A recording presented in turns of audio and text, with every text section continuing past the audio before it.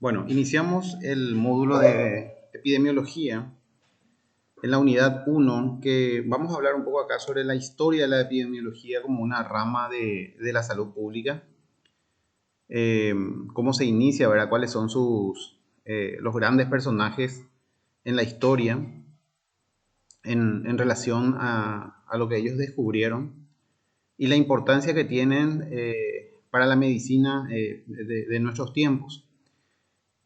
Además, cuál es el uso que se le da, para qué sirve, ¿verdad?, la epidemiología y la perspectiva que tiene en el futuro, cómo irá avanzando. Bueno, entonces, ¿qué es la epidemiología? ¿Para qué sirve? ¿Cómo se relaciona la epidemiología con la salud? ¿Y cuáles son sus perspectivas? Esto es básicamente lo que va a englobar esta primera unidad y lo que es importante que ustedes aprendan, ¿verdad? Recuerden que al final de esta semana, el jueves y viernes, estaremos con una prueba denominada control de lectura. Serían unas 10 preguntas relacionadas a esta unidad. Bueno, la epidemiología es el estudio de la distribución y los determinantes de salud y enfermedad de la población humana, a fin de asegurar una racional planificación de los servicios de salud, la vigilancia de la enfermedad y la ejecución de programas de prevención y control. Existen varias definiciones de lo que es epidemiología, pero esta, la de McMahon, es una de las más aceptadas y más completas que se tienen, ¿verdad? Porque aquí, de alguna u otra forma, describe un poco, ¿verdad? O sea, en una definición da la descripción de todo lo que representa esta rama de la salud pública. Habla entonces de cómo se distribuye la enfermedad en la población, ¿verdad? Distribución de la enfermedad en la población, es decir, a qué grupo etario ataca, de qué sexo, ¿verdad? Femenino, masculino, a qué población, etcétera, ¿verdad? ¿Cómo es que se va distribuyendo?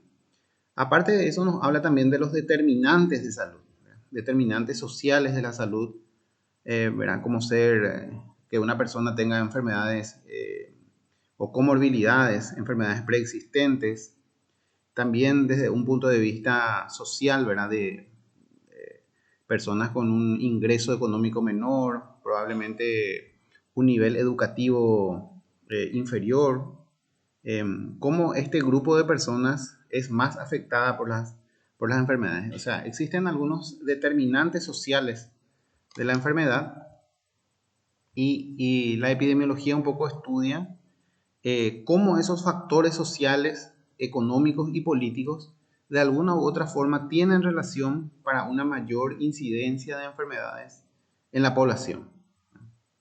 Entonces, habla de la distribución, cómo se distribuye en la población en general y determinantes sociales, económicas, políticas, ¿verdad? Que pudieran sufrir un país y pudiera determinar de alguna forma un aumento de casos de ciertas enfermedades en esa población.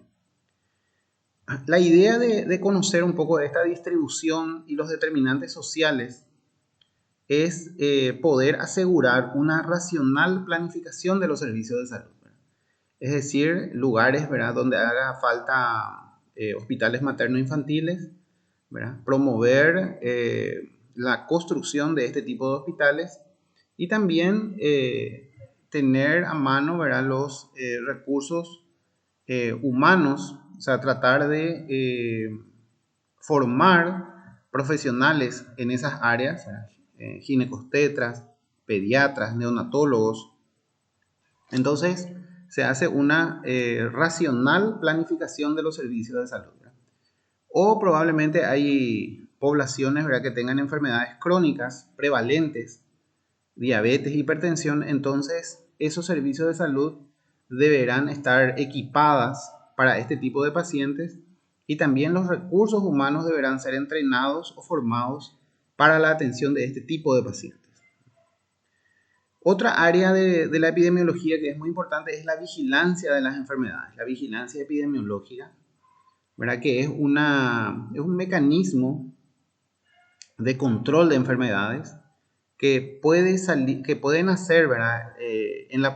De hecho que nace en la población en sí, y el personal de salud puede salir a la población a buscar esos enfermos, registrarlos en una hoja o fichas de notificación que se le denomina, y notificarlas, ¿verdad?, a nivel central.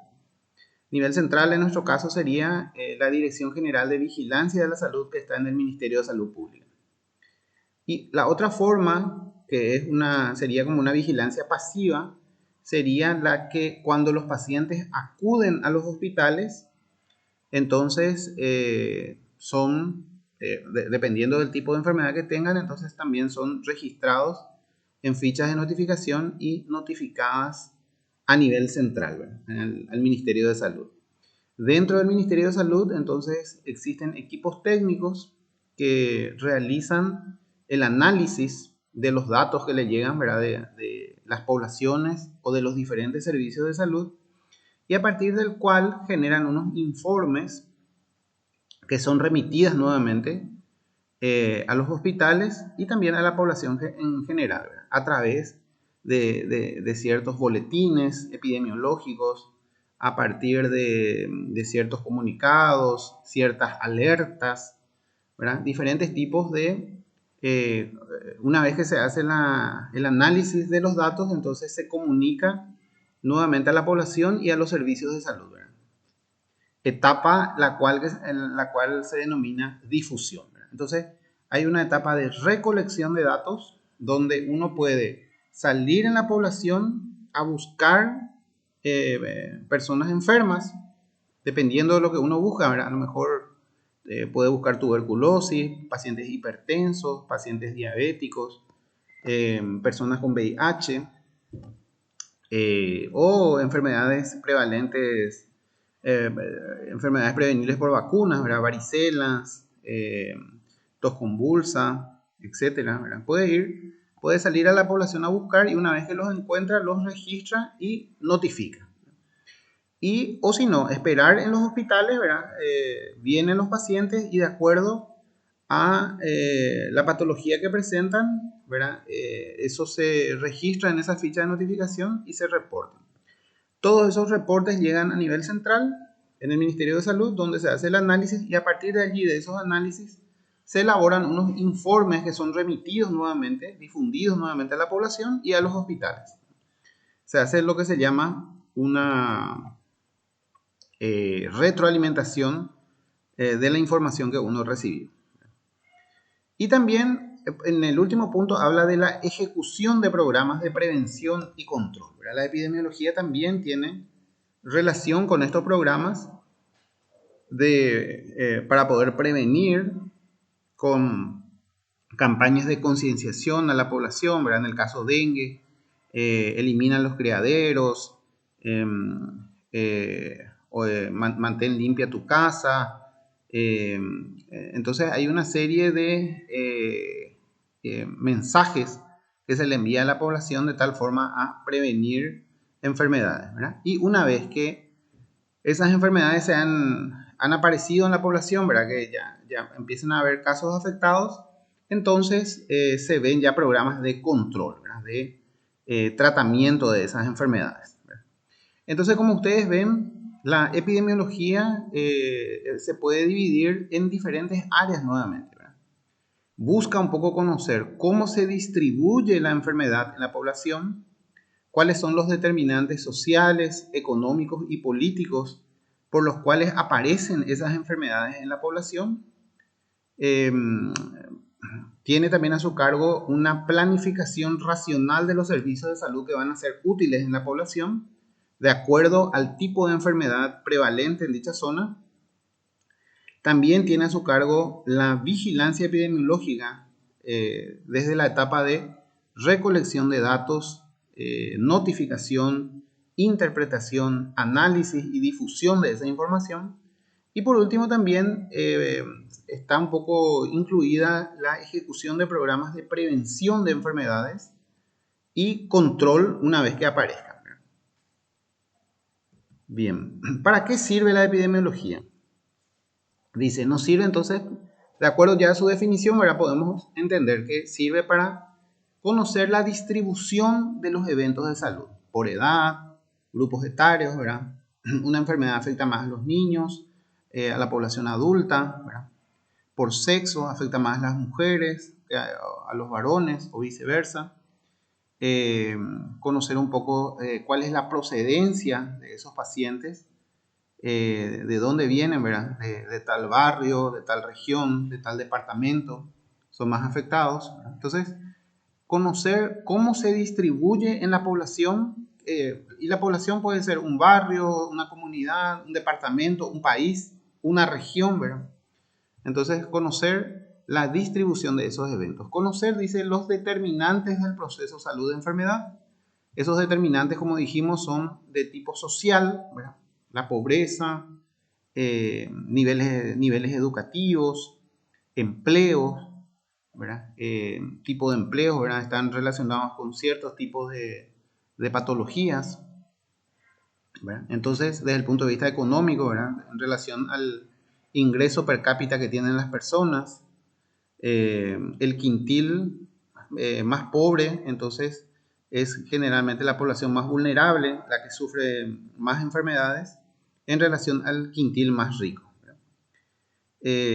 Sirve para una racional planificación de los servicios de salud, para ejecutar programas de prevención y control, como dijimos, y también nos sirve para evaluar evaluación de intervención de servicios de salud, ¿verdad? De repente hay servicios de salud que no están funcionando, entonces como nosotros tenemos sus datos, ¿verdad? La gente de epidemiología maneja los datos, ¿verdad? De cuántos pacientes se internaron, de qué patologías se internaron. Entonces, si vemos, ¿verdad?, que un servicio de salud no está cumpliendo a cabalidad su rol, ¿verdad?, por el cual fue construido, ¿verdad?, y aparte el personal, recurso humano, ¿verdad?, que trabaja allí, ¿verdad?, no está cumpliendo a cabalidad, entonces se puede sugerir, se puede recomendar una intervención de ese servicio de salud y evaluar un poco el por qué no está funcionando a cabalidad, o como debería ser. ¿Cuál es su relación con la salud? Entonces, la salud, en la Carta Magna de la Organización Mundial de la Salud, el 7 de abril de 1948, posterior a la terminación de la Segunda Guerra Mundial, la OMS define a la salud como un completo estado de bienestar físico, mental y social, y no la simple ausencia de enfermedad. Entonces, para que una persona sea considerada sana, tiene que tener un completo estado de bienestar desde el punto de vista físico, ¿verdad?, mental y social. Y no solamente una ausencia de enfermedad. La persona físicamente debe estar sana, mentalmente, ¿verdad? Y también tiene que tener una capacidad de relacionamiento social. Si esos tres puntos no se cumplen, entonces no podemos hablar de una persona saludable.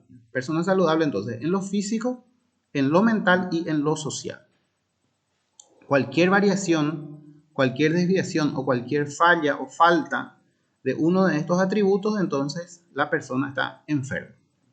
Entonces la OMS desde 1948 define a la salud de esta forma, ¿verdad?, y que es la que actualmente se sigue utilizando. Las Naciones Unidas en 1961, unos años después, elabora lo que se denomina la pirámide de la salud y el bienestar. Súper interesante. Vemos ahí, verá la pirámide y habla de que toda población cuenta en la base. Vamos a ir mirando este triángulo desde la base para arriba.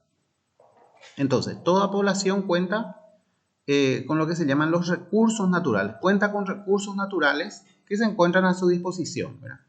Ríos, arroyos, bosques, tierra, algunos tienen montañas, nieve, minerales, tienen animales, etc. Tienen recursos naturales que están a disposición de la población. Y las cuales, si la población dilapida estos recursos naturales, los mal utiliza, los explota y los destruye, entonces la posibilidad de que esa población enferme es mayor. la posibilidad de patologías que afecten a esa población va a ser mayor. Entonces, en la medida en que una población dilapida, destruye o explota en demasía, ¿verdad? Sin dejar, por ejemplo, sin reforestar o sin dejar otra vez algo en compensación a lo que utilizó, entonces la posibilidad de enfermedad es mayor para esa población. Entonces uno tiene que mirar, ¿verdad? Que en la medida en que son destruidos los recursos naturales y no hay una reposición de la misma, la posibilidad de enfermedad que vamos a tener en esa población va a ser mayor. Por encima de los recursos naturales nos habla allí de la producción, el trabajo y la comunicación, ¿verdad? Transporte y seguridad. Son factores entonces muy importantes que si un país no tiene producción, no hay trabajo, es escasa la comunicación, transporte y seguridad, entonces también es una población enferma.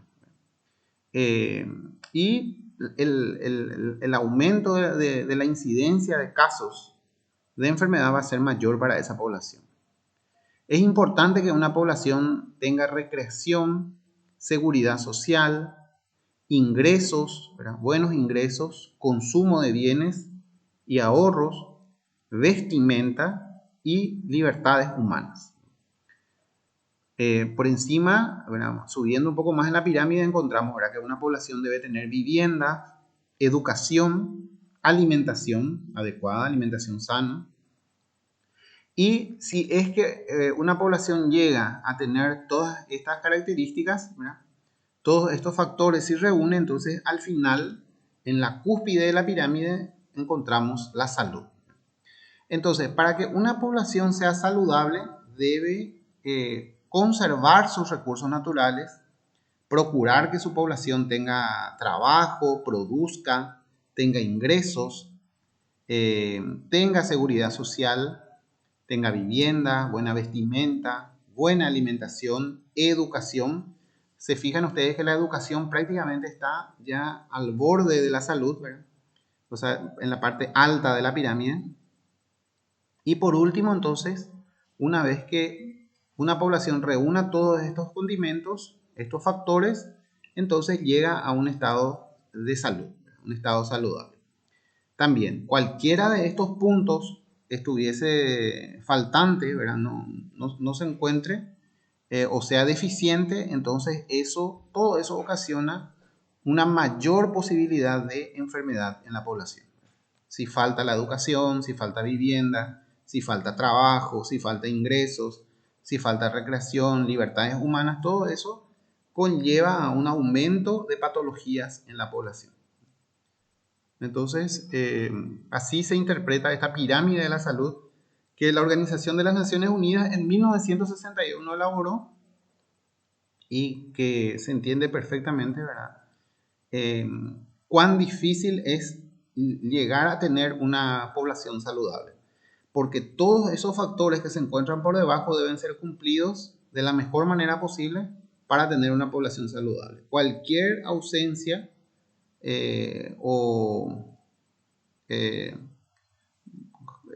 educación, por ejemplo, de mala calidad o sin viviendas, sin vestimenta, sin seguridad social, ocasionará aumento de patologías. También en relación a estos puntos encontramos la Declaración de Liverpool de 1998 y la Declaración de Milán de Ciudades Sanas de 1990, que habla, ¿verdad?, de las condiciones de trabajo adecuados, trabajo seguro, ¿verdad?, para la población, que tiene que ser gratificante y correctamente remunerado. Todo esto aumenta una población saludable, hace posible una población saludable. Las condiciones de vivienda seguras, asequibles, condiciones de alimentación sana y barata, accesibilidad a la educación y a una recreación adecuada, accesibilidad a la atención médica y a los distintos programas sociales, nivel adecuado de los servicios de salud y accesible para todos los ciudadanos. Muy importante entonces el trabajo gratificante, bien remunerado, viviendas, nuevamente esta declaración de Liverpool y la de Milán, se dan cuenta ustedes que están relacionadas a esa pirámide de la salud de 1961 de la Organización de las Naciones Unidas. Entonces, prácticamente 30 años después, casi 40, en la declaración de estas ciudades se sigue hablando, ¿verdad?, de la importancia de estos factores para tener una población saludable. Libertad de participación en procesos de planificación y organizaciones sociales, no discriminación racial, sexual, política, accesibilidad a los distintos medios de comunicación, condiciones de movilidad pública o privada seguras, baratas y no contaminantes, condiciones de mantenimiento de los recursos naturales y condiciones de la calidad del medio ambiente natural. Se dan cuenta entonces que los mismos factores que se habían hablado 30 o 40 años atrás en la pirámide de la salud de la Organización de las Naciones Unidas son mencionados en estas declaraciones. Bueno, ¿cuáles son los usos de la epidemiología? La epidemiología nos puede servir para describir la enfermedad en la comunidad. Entonces, es una enfermedad que afecta a tal grupo etario, es más frecuente en el sexo femenino o masculino, la mayoría de los pacientes proceden de tal barrio o de tal departamento, de tal región, etc. Entonces, nos ayuda un poco la epidemiología a hacer una descripción de la enfermedad. También sirve para identificar grupos poblacionales vulnerables. Afecta más a los hipertensos, no a los obesos. Es una patología, por ejemplo, el VIH en sus comienzos se hablaba de que afectaba más a grupos gays, ¿verdad?, u homosexuales. Eso en estos tiempos han cambiado, ¿verdad?, porque ya se diseminó también a la población heterosexual, pero en un comienzo, en la década del 80, se hablaba de grupos vulnerables a grupos homosexuales. También otra población vulnerable generalmente afectada por ciertas patologías es la población indígena. También las embarazadas, ¿verdad?, una población vulnerable para ciertas patologías, etc., ¿verdad? También sirve para completar un poco el cuadro clínico de la enfermedad. De repente se conoce una enfermedad y se conoce así con signos o síntomas generales, pero en base a estudios epidemiológicos se puede determinar otros signos o síntomas que podrían tener estos pacientes y entonces de esa forma se completa el cuadro clínico. Para identificar síndromes nuevos, ¿verdad?, que no se conocían y que aparecen, para identificar factores etiológicos también, ¿verdad?, si es producida por una bacteria, por un virus, etc. Llevar a cabo la vigilancia epidemiológica. Para evaluar servicios de salud, programas y tecnología médica como instrumentos de predicción a fin de establecer tendencias y efectuar proyecciones, ¿verdad?, de qué puede pasar con esa patología de aquí a un año, de aquí a 5 años, de aquí a 10, a 15 años, ¿verdad? Se pueden hacer entonces predicciones o tendencias de ciertas enfermedades. Y también para efectuar un análisis de situación de salud. Entonces, se quiere hacer un análisis de situación de salud, ¿verdad?, de una población. Entonces se envía un grupo de especialistas, ¿verdad?, en el área de epidemiología a esa zona. Estas personas empiezan a estudiar, ¿verdad?, cuáles son las enfermedades prevalentes, a qué grupo etario afecta, de qué sexo, de qué población, cuál es la procedencia de las mismas. Y a partir de allí entonces se elabora lo que se denomina un análisis de situación de salud de esa población, ¿verdad? Entonces ahí se puede determinar, ¿verdad?, que la prevalencia de hipertensos es alta en esa población. Entonces se pueden determinar, por ejemplo, qué tipo de alimentación deben hacer, establecer parques, ¿verdad?, para hacer ejercicios, contratar mayor número de cardiólogos, clínicos, ¿verdad?, en esa zona, etc., ¿verdad?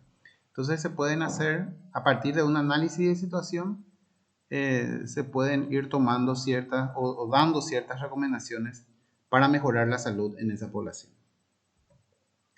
¿Cuáles son sus perspectivas? O sea, ¿hacia dónde va la epidemiología? ¿Hacia dónde apunta? Fortalecer su posición como disciplina de la salud pública, ¿verdad? Recordemos que la epidemiología es una rama de la salud pública. Entonces, necesita en este momento fortalecer su posición como una disciplina, desarrollo de la investigación desde el estudio y control de enfermedades de los grupos humanos prioritarios con un abordaje integrador y la participación de servicios de salud, ¿verdad? La epidemiología se basa o básicamente podríamos decir que se realizan muchas investigaciones en base a patologías nuevas o patologías ya conocidas o patologías reemergentes, ¿verdad?, que están apareciendo. Entonces, o sea, un área, una perspectiva que tiene es la de realizar mayor número de investigaciones sobre patologías y tratar de integrar ese conocimiento a poblaciones vulnerables, ¿verdad? Y cómo eso ese conocimiento puede ser integrado y utilizado en los servicios de salud. También es muy importante el desarrollo de sistemas de información que permitan un abordaje integral de las mismas, ¿verdad? En epidemiología se utiliza mucho o se le da mucho énfasis al tema de sistemas de información, ¿verdad? Por ejemplo, EpiInfo o georreferenciamiento de personas que tienen cierto tipo de patologías. Entonces, todo lo que sea sistema de información es muy valorado y muy estudiado dentro de epidemiología. Son software que permiten un poco una mayor capacidad de análisis de la información con que se cuenta. Estudio de las inequidades, necesidades insatisfechas de la población y las brechas que se producen. Porque al tener la información en relación al tipo de población, a sus determinantes sociales, entonces se pueden hacer estudios, ¿verdad?, de inequidades, de necesidades básicas insatisfechas de la población. Por ejemplo, qué porcentaje accede a agua potable, tiene energía eléctrica, tiene eliminación de desechos a través de redes cloacales, etcétera, ¿verdad? Entonces, se pueden hacer esos estudios de necesidades básicas insatisfechas de la población, ¿verdad? Transformación de los servicios en función de las necesidades de salud de la población, ¿verdad? Lo que veníamos hablando, ¿verdad? Si una región requiere más centros de la madre y el niño, entonces probablemente va a invertir más o debería invertir más en hospitales materno-infantiles y tener a mano, ¿verdad?, recursos humanos cualificados para estas áreas, ginecobstetras, pediatras, neonatólogos, etc. O si la población es mayoritariamente, o sea, hay muchos casos de diabetes o hipertensión, entonces probablemente iría más bien a una clínica con profesionales idóneos en esas áreas, ¿verdad?, en esas especialidades. Desarrollo de proyectos de intervención de carácter multidisciplinario, multiinstitucional e intersectorial.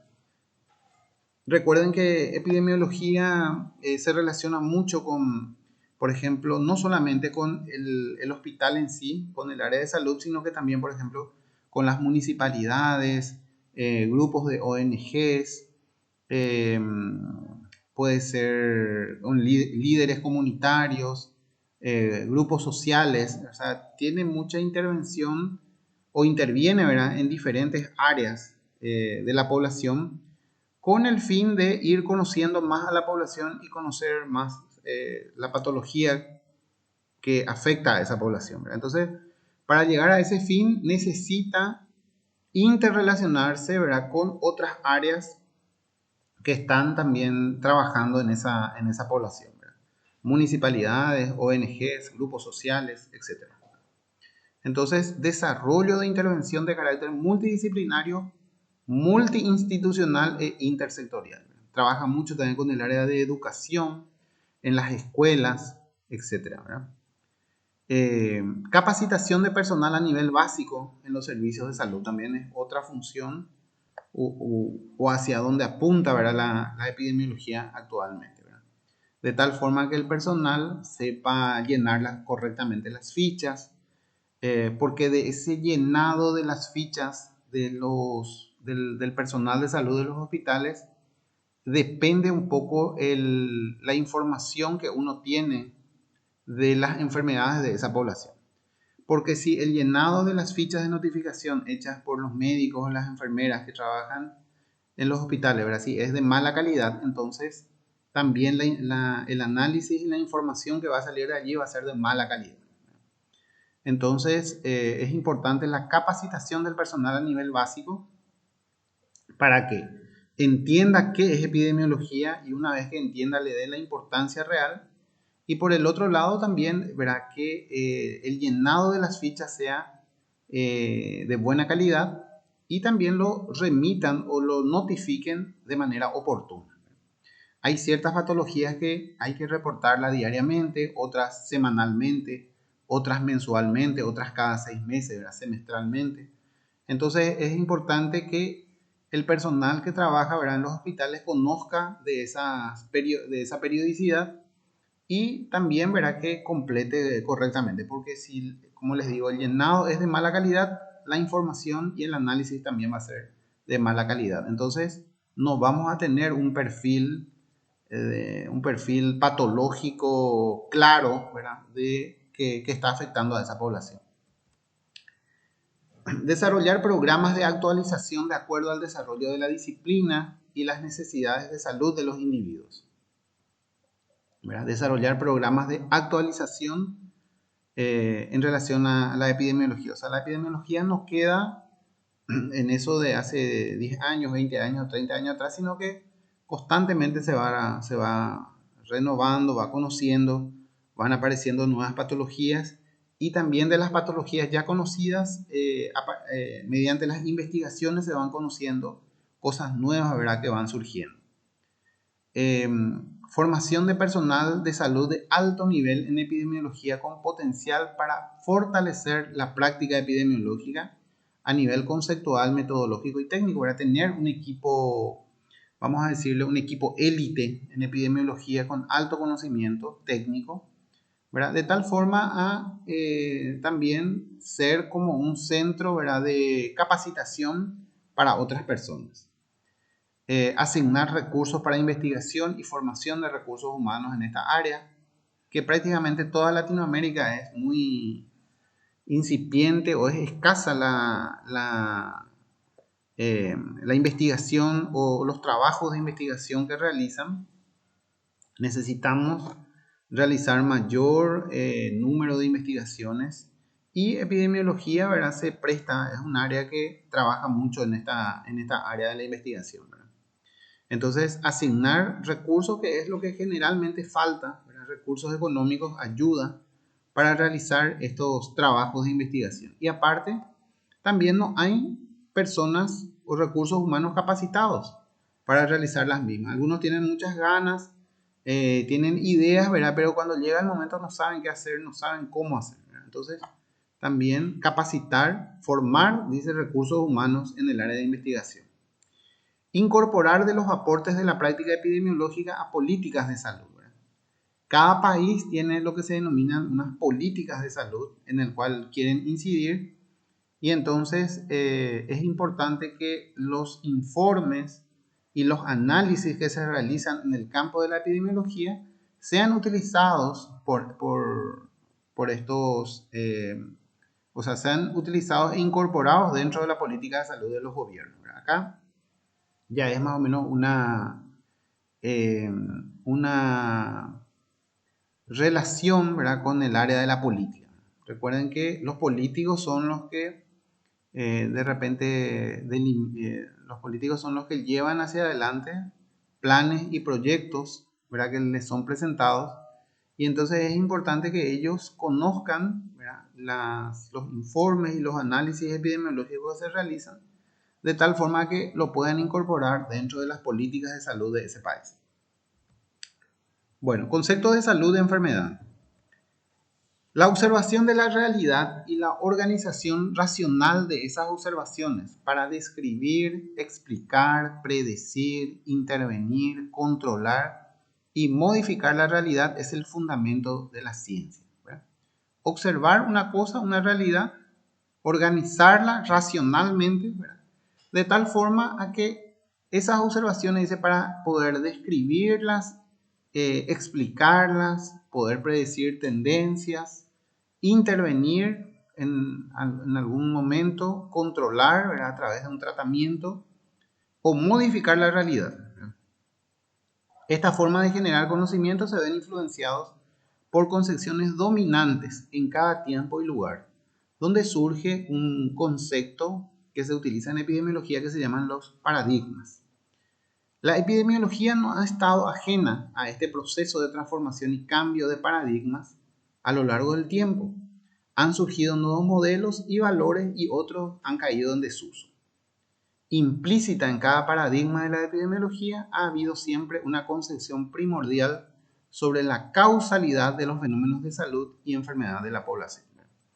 Entonces, aquí lo que nos dice es que la epidemiología a lo largo del tiempo ha sido objeto de lo que se denominan los paradigmas. ¿Y qué son los paradigmas? Son ciertas verdades irrefutables, dominantes en un periodo del tiempo. Los paradigmas no se mantienen, vamos a decirle, toda la vida o a lo largo del tiempo por los siglos de los siglos, sino que en base a nuevos conocimientos que se tienen, ¿verdad? Van cambiando. A medida que avanza la ciencia, entonces se cuenta con nuevos conocimientos y en la medida que esos conocimientos aumentan, ciertos paradigmas pueden ser cambiados. Pero un paradigma es para un tiempo, para un momento y lugar, son como unas ideas irrefutables, algo que no se puede modificar, algo que es verdadero, que la gente acepta como algo verdadero, como algo cierto. Entonces, ¿verdad? Pero a medida que pasa el tiempo, ¿verdad?, que pueden ser siglos, años, y en la medida que avanza la ciencia puede cambiarse, ¿verdad? Por eso dice, se ha roto el paradigma, se rompió el paradigma porque se encontró un nuevo conocimiento que hace que eso cambie. Y entonces la epidemiología habla de que a lo largo de su historia varias de esos paradigmas fueron cambiando. Y cada paradigma generalmente está relacionado, dice, a un concepto de causalidad. O sea, una cosa, una enfermedad ocurre por culpa de algo. Una causa, a causa de. Bueno, entonces se pueden distinguir tres grandes eras. Tres grandes eras dentro del desarrollo de la epidemiología. O tres grandes paradigmas también se le puede llamar. La primera es la era de la estadística sanitaria y el paradigma miasmático. La enfermedad en la población se atribuye como causalidad, ¿verdad?, como causa a las emanaciones hediondas, miasmas de la materia orgánica en agua, aire y suelo. El control de la enfermedad de la población se concentra en el saneamiento y el drenaje. Entonces, en la era miasmática, que era antes de prácticamente 1890, la enfermedad se consideraba como causa los malos olores, ¿verdad? Dice emanaciones hediondas o malos olores que los científicos y médicos de aquella época, del 1600, 1700, 1800, ¿verdad?, comienzo de los 1800, hasta 1890, ¿verdad?, que aparece Robert Koch y rompe ese paradigma, y antes entonces aparece la era miasmática. Y esta era miasmática, entonces la miasma es mal olor, ¿verdad? Y entonces los científicos consideraban en esta época que las enfermedades eran productos de los malos olores que contaminaban el suelo, el aire y el agua. Entonces cuando las personas respiraban o bebían agua que estaban, vamos a decirle, impuras por culpa de esos miasmas, se enfermaban, ¿verdad? Entonces a esa etapa se le llama la era o paradigma miasmático. Y también se le llama de la estadística sanitaria. ¿Por qué? Porque ellos atribuían a que había que despejar, limpiar esos lugares, el agua, el suelo, el aire, y una vez que se limpiaba, entonces desaparecían las enfermedades. Por eso es que, eh, vamos a decirle, el sistema sanitario se concentraba, dice, en el saneamiento y el drenaje, ¿verdad? Esa era la concepción de aquella época. Y en los ejemplos que les puse en la plataforma, ¿verdad? En los materiales, tenemos acá la historia de Jon Snow y el brote de cólera en Londres, la época miasmática, y también la historia de Semmelweis, ¿verdad? Que es la de la fiebre puerperal. Semmelweis es el que introduce el concepto del lavado de manos, ¿verdad? Para evitar las infecciones. Entonces, les puse esas dos lecturas muy interesantes en donde ustedes, eso era en plena era o paradigma miasmático, en donde Jon Snow y Semmelweis no sabían de la existencia de bacterias y virus. Ellos en esa época ya suponían de que existía algún factor, algún germen probablemente, ¿verdad? Causante de esas enfermedades, pero como nunca pudieron verlo, nunca era más bien una suposición, entonces se dejaron llevar, vamos a decirle, por el concepto de miasma, ¿verdad? Todavía en esa época, de que malos olores, olores hediondos contaminaban el aire, el suelo y el agua, y a partir de esa contaminación las personas enfermaban. No podían todavía demostrar la existencia de bacterias, virus, ¿verdad? U otros gérmenes causantes de las enfermedades, ¿verdad? Entonces, es muy interesante la lectura de esas, tanto del brote de cólera en Londres con Jon Snow y también el estudio de la fiebre puerperal por Semmelweis. En 1890 y un poco más adelante aparece la era de la epidemiología de las enfermedades infecciosas y acá aparece como el gran personaje Robert Koch. Dice que postula lo que se llama el paradigma microbiano. El paradigma microbiano, dice Robert Koch, no son los malos olores o los miasmas, sino que Robert Koch fue el primero que pudo observar a través del microscopio, ¿verdad?, al Mycobacterium tuberculosis, ¿verdad? Entonces él postula el paradigma microbiano y dice que toda enfermedad es causada por un germen, ¿verdad?, por una bacteria. Entonces, aquí se rompe un poco ese paradigma miasmático y pasamos a la etapa del paradigma microbiano. Y el paradigma microbiano lo que postula es que las enfermedades son causadas por gérmenes. Ahí nos dice entonces, los postulados de Koch plantean que la enfermedad en la población se atribuye a un agente microbiano, que es único y específico por enfermedad y reproducible y aislable en condiciones experimentales, ¿verdad? Observen allí, la enfermedad en la población es producida por un agente microbiano, único y específico para cada enfermedad. La misma se puede reproducir e incluso se puede aislar en condiciones experimentales. Y aquí el control de la enfermedad en la población se enfoca en interrumpir la transmisión o propagación de la gente. En la era en la era miasmática, la salud consistía en el saneamiento de los ambientes, de los lugares, ¿verdad?, y el drenaje. Mientras que en el paradigma microbiano, a partir de 1890, la salud un poco se enfoca, o los centros de salud, vamos a decirle, se enfocan en interrumpir la transmisión del agente microbiano. Entonces, aquí empieza la era de las enfermedades infecciosas. Allí yo les puse como ejemplo para lectura el caso de la fiebre amarilla, ¿verdad?, con Finlay, Carlos Chagas, ¿verdad?, sobre la enfermedad de Chagas, y también más o menos en la década del 20, ¿verdad?, 1920 y un poco más adelante, aparece una enfermedad denominada pelagra, ¿verdad? Y la pelagra es una enfermedad que aparece por una deficiencia de vitaminas, y entonces escapa un poco al postulado del paradigma microbiano. Robert Koch afirmaba entonces que todas las enfermedades eran producidas por un agente infeccioso, ¿verdad? Un agente microbiano, habla él, ¿verdad? Pero aparece, por ejemplo, una enfermedad como la pelagra que es por culpa de una avitaminosis, ¿verdad? Ahí no interviene ningún agente microbiano, pero para darnos un poco ya una concepción, ¿verdad? De que no todas las enfermedades eran por culpa de un agente único y específico para esa enfermedad, ¿verdad?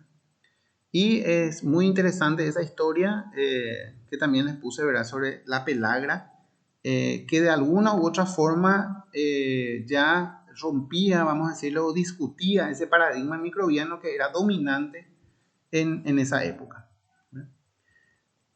Bueno, después aparece la era de la epidemiología de enfermedades crónicas y aparece el paradigma de los factores de riesgo.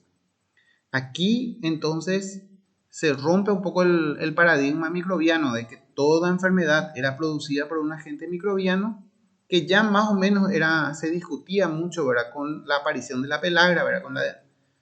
Con el descubrimiento de la vitaminosis, ¿verdad? Que causaba la pelagra. Pero más o menos en la década del 60, 1964, más o menos aparece este paradigma de los factores de riesgo, que es instituido por un grupo de epidemiólogos canadienses, Lebel y Clark, ¿verdad? Que ellos postulan el paradigma de los factores de riesgo. Entonces ellos decían que la aparición de enfermedades como por ejemplo la hipertensión arterial, el cáncer, diabetes, etcétera, ¿verdad? No eran atribuidos necesariamente a un agente infeccioso, sino que estaba relacionado un poco con los estilos de vida de las personas, ¿verdad? Entonces, personas sedentarias, obesas, fumadoras, ¿verdad? Que fumaban, entonces eran más propensos a sufrir ciertas patologías, ¿verdad? En relación a personas que eran atléticas, ¿verdad? O sea, que realizaban actividades físicas, que tenían una dieta balanceada, que no eran fumadores. Entonces, estas personas, por su estilo de vida, corrían menos riesgo de sufrir enfermedades que las otras, ¿verdad? Que llevaban una vida, vamos a decirle, relativamente desordenada, ¿verdad? Entonces, en la década del 60, con estos epidemiólogos canadienses, aparece el paradigma de los factores de riesgo. Y allí menciona, dice, la enfermedad en la población se atribuye a la interacción producida por la exposición o susceptibilidad de los individuos a múltiples factores de riesgo. El control de la enfermedad en la población se enfoca a la reducción de los riesgos individuales de enfermar a través de intervenciones sobre los estilos de vida de la comunidad. Entonces acá empieza todo un movimiento, ¿verdad? De las personas empiezan a caminar, a correr, a llevar una alimentación adecuada, ¿verdad? Equilibrada, balanceada. Entonces se ataca un poco el hábito de fumar, que era muy dominante en esa época, ¿verdad? Entonces empiezan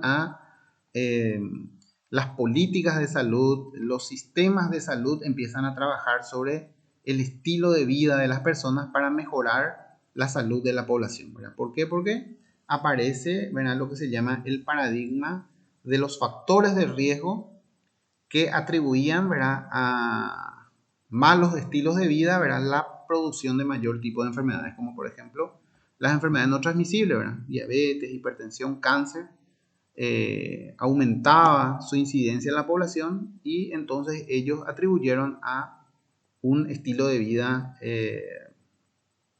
desacertada o llevada de mala forma. La transición de paradigmas epidemiológicos se acompaña de cambios en la definición de las políticas de salud, prioridades de investigación en salud, necesidades de capacitación de recursos humanos, organización de los sistemas de salud y operación de los servicios de salud, entre muchos otros cambios. O sea que el cambio de paradigma entonces también trae consigo una serie de cambios dentro de las políticas de salud de los países, ¿verdad? Tenemos que capacitar nuevamente capacitar al personal en relación a esas políticas. Se tiene que aumentar las investigaciones en relación a ese campo. Habla también de hay que organizar nuevamente los servicios de salud, ¿verdad? y entre otros muchos cambios que surgen. Entonces, cada cambio de paradigma trae consigo también todo un cambio en las políticas de salud y en la forma de enfocar de los sistemas de salud para mejorar la población de la comunidad, ¿verdad? Entonces, tres paradigmas bien definidos, ¿verdad? El paradigma miasmático, antes de 1890, 1600, 1700, 1800, los médicos, científicos, ¿verdad?, de aquella época creían que los malos olores eran los causantes de la enfermedad, ¿verdad? Ya existían ciertas personas como John Snow y Semmelweis que más o menos predecían la existencia de algún germen o de algún factor, ¿verdad?, que producía esas enfermedades, pero como no podían demostrarlo, entonces crearon el concepto de la miasma o del miasma. 1890 en adelante, Robert Koch logra observar, ¿verdad?, por primera vez Mycobacterium tuberculosis. Entonces allí postula lo que sería el paradigma microbiano y 1860, 1867 más o menos, hasta allí estuvo vigente el paradigma infeccioso, ¿verdad?, o microbiano. Y a partir de allí, ¿verdad?, de la década del 60, a partir de unos epidemiólogos canadienses, se postula el paradigma de los factores de riesgo, donde se le da una mayor importancia al estilo de vida de las personas, que es la que prevalece hasta nuestros días, ¿verdad? Bueno, nuevamente la definición de salud, ¿verdad?, 1949. Dice, la salud no es un estado estático y absoluto, es un fenómeno psicobiológico y social dinámico, relativo, muy variable en la especie humana, corresponde a un estado ecológico, fisiológico, social de equilibrio y de adaptación de todas las posibilidades del organismo humano frente a la complejidad del ambiente social. Es el desarrollo armónico de la sociedad. Bueno, antes de pasar aquí, ¿verdad?, en el paradigma de los factores de riesgo, les coloqué dentro de las lecturas la historia de Richard Doll, que es un científico inglés que estudió un poco la relación entre el hábito de fumar y el desarrollo de cáncer de pulmón, ¿verdad? Entonces, cómo el hábito, ¿verdad?, o el estilo de vida de las personas fumadoras a la larga, ¿verdad?, podrían producir el desarrollo de cáncer de pulmón. Entonces, cáncer de pulmón, una patología que está relacionado al estilo de vida de las personas. Entonces, es también muy interesante la lectura de la historia de Richard Doll y la relación del hábito de fumar con el desarrollo de cáncer de pulmón. Entonces, ahí tenemos un poco varias historias con los cuales mi idea es, ¿verdad?, que al tener esas lecturas ustedes conozcan cómo pensaban los científicos en las diferentes eras o paradigmas por las que fue pasando la epidemiología. Y también la causalidad, ¿verdad? Miasma creían en los malos olores, microbiana pensaban en agentes microbianos únicos y específicos por enfermedad. Y por último, el paradigma de los factores de riesgo está relacionado a los estilos de vida de las personas. Bien. El concepto de enfermedad, para ir terminando ya esta primera unidad, ¿verdad? La palabra enfermedad procede del latín infirmatis, ¿verdad? Una enfermedad es cualquier trastorno anormal del cuerpo o la mente que provoca malestar y alteración de las funciones normales. Otras definiciones de enfermedad dice un estado que coloca al individuo en una situación de alto riesgo con consecuencias adversas. Y el elemento clave en esta definición es la palabra riesgo, ¿verdad? Las desviaciones de lo normal que no están asociadas con el riesgo no deberían ser consideradas como enfermedad. Bien, entonces esta primera unidad, como les dije, ¿verdad?, lo que vamos a centrarnos un poco acá es conocer un poco la historia de la epidemiología, para qué sirven, cuáles son los usos, ¿verdad?, que uno le puede dar, cuáles son sus perspectivas en el futuro, ¿verdad?, hacia dónde apunta la epidemiología. Y en relación a la historia, entonces, todas esas lecturas, ¿verdad?, conocer un poco la era miasmática a través de esos relatos, la era microbiana, ¿verdad?, con la historia de Finlay y Carlos Chagas, ¿verdad?, que empiezan a descubrir patologías, ¿verdad? Como la fiebre amarilla y también la enfermedad de Chagas, y cómo ellos lo relacionan con ciertos agentes, o sea, con los agentes microbianos, con el virus de la fiebre amarilla, ¿verdad? Y con el Trypanosoma cruzi, ¿verdad? En el caso de la enfermedad de Chagas, ¿verdad? Después aparece una patología como la pelagra, por una avitaminosis que no está relacionado con un agente infeccioso, un agente microbiano, que ya discutía un poco el paradigma microbiano que era vigente hasta esa época, porque esto aparece más o menos en la década de 1920 en adelante, ¿verdad? El tema de la pelagra, ¿verdad? Y hasta la década del 60 más o menos que aparece el paradigma de los factores de riesgo. Allí se habla un poco del estilo de vida de las personas y allí nos cuenta la historia de Richard Doll, que hace la relación, ¿verdad? O que encuentra la relación entre el hábito de fumar y el desarrollo posterior de cáncer de pulmón. Bueno, entonces esta sería nuestra primera clase en relación a la unidad 1 de epidemiología, que es la forma como vamos a ir llevando esta materia. Entonces, cualquier duda en relación a las lecturas, en relación al video o las presentaciones, entonces me escriben en el foro y yo haré lo posible para ir contestando sus inquietudes. Bueno, entonces por hoy les dejo, ¿verdad? Tienen tiempo hasta el jueves para la lectura de los materiales, y a partir del jueves y viernes estaré colocando 10 preguntas para poder evaluar un poco, para hacer un control de lectura en relación a esta unidad desarrollada. Bueno, muchas gracias.